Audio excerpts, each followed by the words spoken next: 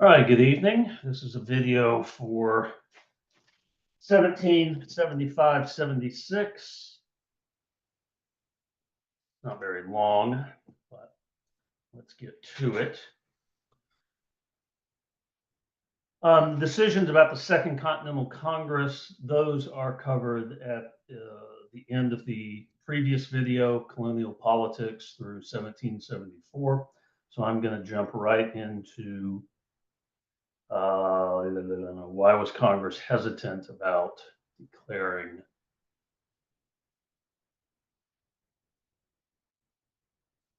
independence?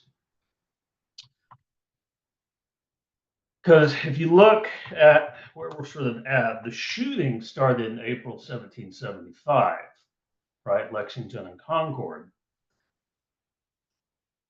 And there's going to be Battle of Dorchester Heights. There's going to be the invasion of Canada. There's going to be other military actions, but actual independence isn't declared until a full year after the revolution has begun. To be more precise, 15 months after the revolution begins before actual independence is declared.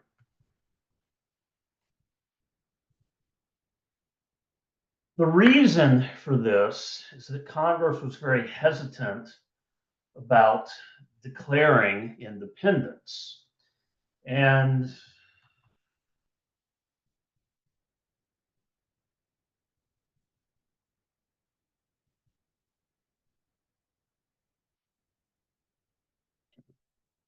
why?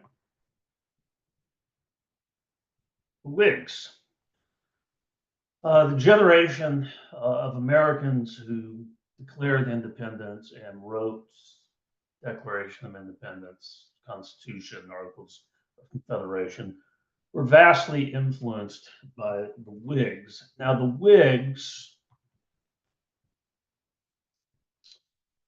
were English political philosophers, which is probably about as exciting as it sounds. But the Whigs, they had sprung up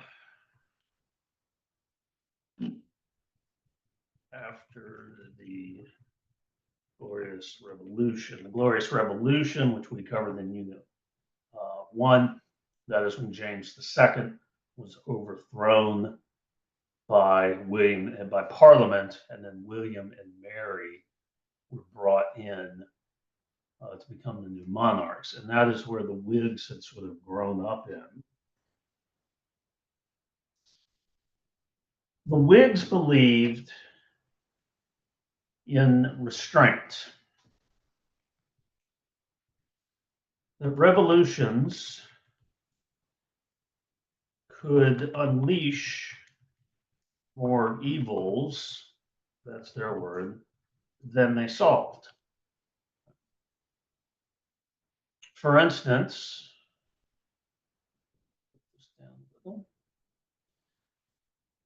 the English Civil War. Way back in 1649, that had been a revolution against Charles I, and that had unleashed more evils than it had solved. It had unleashed the horrors of civil war. It had unleashed unrest in Scotland and in Ireland that had to be put down militarily. It had unleashed a military dictatorship run by Puritans. It had unleashed a whole host of problems, and thus would probably be judged by the Whigs as a bad revolutionary outcome. Whereas the Glorious Revolution, 1688, had been had not unleashed evils. It had been a pretty clean break with James II and the installation of William and Mary. And so the problem, though, is you don't know which of these you're going to get, bad or good, until you actually start the revolution. And because of that, the Whigs cautioned revolutions, starting a revolution. They felt that you should always exhaust all other possibilities before you actually declare a revolution. And so what's happening during this period, this 15 months, is that yes, there's fighting, but Congress is also attempting to find ways to solve their issues with the king without necessarily declaring themselves to be in revolution. Right? So it's that fear that you might unleash more evils than you solve. And so you must be cautious in matters of revolution. What the Whigs did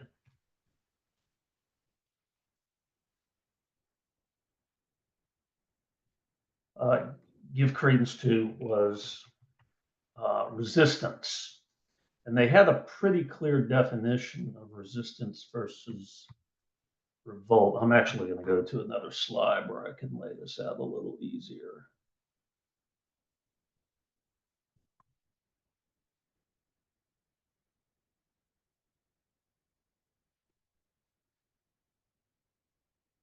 Resistance would be to laws or parliament. So, like the Stamp Act, the resistance we saw to the Stamp Act, okay, where they made it to where nobody would buy the tax stamps, the resistance to the Townshend Acts, okay, the boycotts, even the tea dumping, even the Tea Party. Again, those are seen as acts of resistance to Parliament, to the laws. And so that's what we were dealing with in that 1763 to 1774 period. Revolt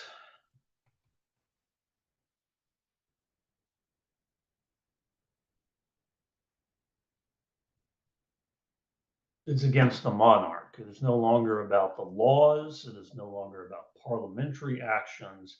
It is against the monarch. Okay? And so we've had this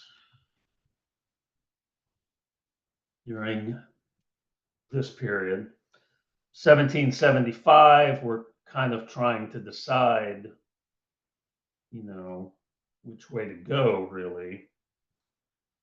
But revolt becomes the way forward after July 4th, 1764. So when we look at, particularly when we do, and we're going to look at the Declaration of Independence in a second, if you notice in the second section, and I'll explain the sections, constantly see the words he has, blah, blah, blah, blah, blah. He has cut off our trade with all parts of the world. He has deprived us of the rights of trial by jury. He has levied taxes without our consent. So again, even the language of the documents going forward, it's not saying Parliament did this. It is now saying the monarch did this. The monarch is ultimately responsible for what we've been putting up with since 1763, 64 in that general area. Okay.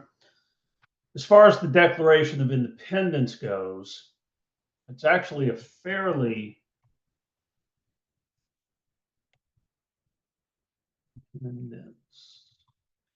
simple document. Part one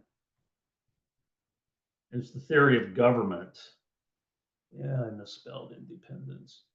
Independence. This theory of government comes from John Locke, who was one of the Whig philosophers, a book called Two Treatises of Government that Locke had written. This sort of talks about the contractual view of government.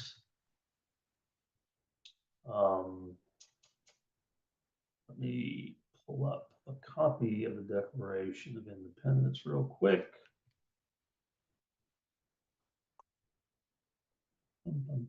Transcription.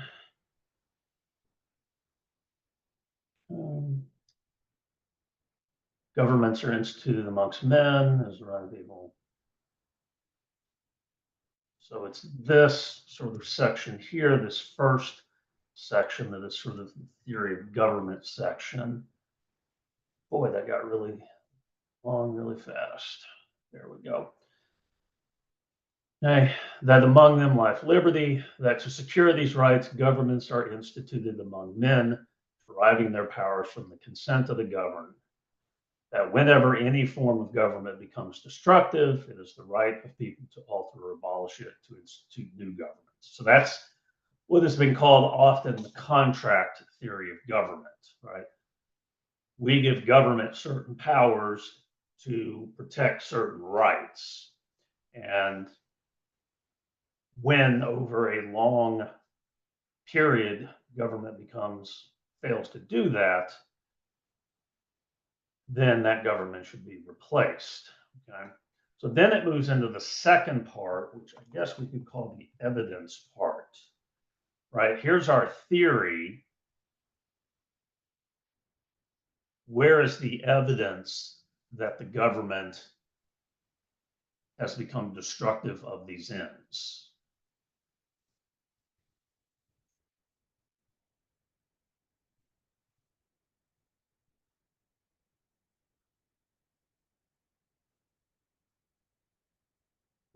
And that's where you get all the he has stuff. So if you look at that second part of the Declaration, let me go to where I can share this. Whoops.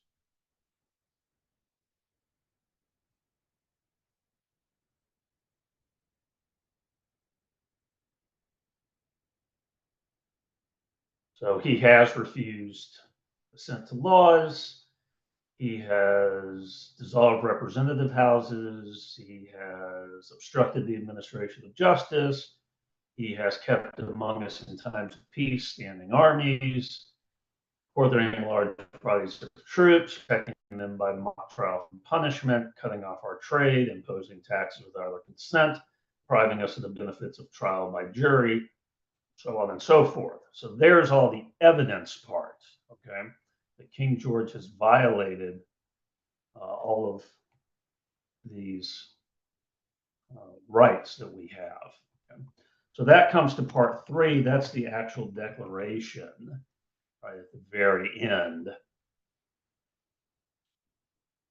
We, therefore, the representatives,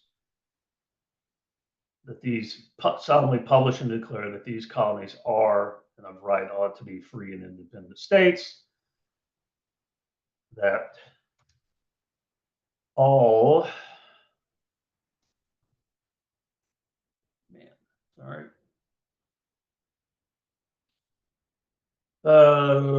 These colonies are and of right ought to be free and independent states, that they are absolved from all allegiance to the British Crown, and that all political connection between them and the state of Great Britain is and ought to be totally dissolved. All right, so 3 parts of it. You sort of have this theory of how government, this is how we believe our government works, and how we believe when it doesn't work, what we can do about it. Here's the evidence that it ain't working anymore. It's become destructive of these ends. And then the actual declaration part. So that is Declaration of Independence, 3 parts to it. And I will see you in the next video. And have a good evening or good afternoon or good morning. All right.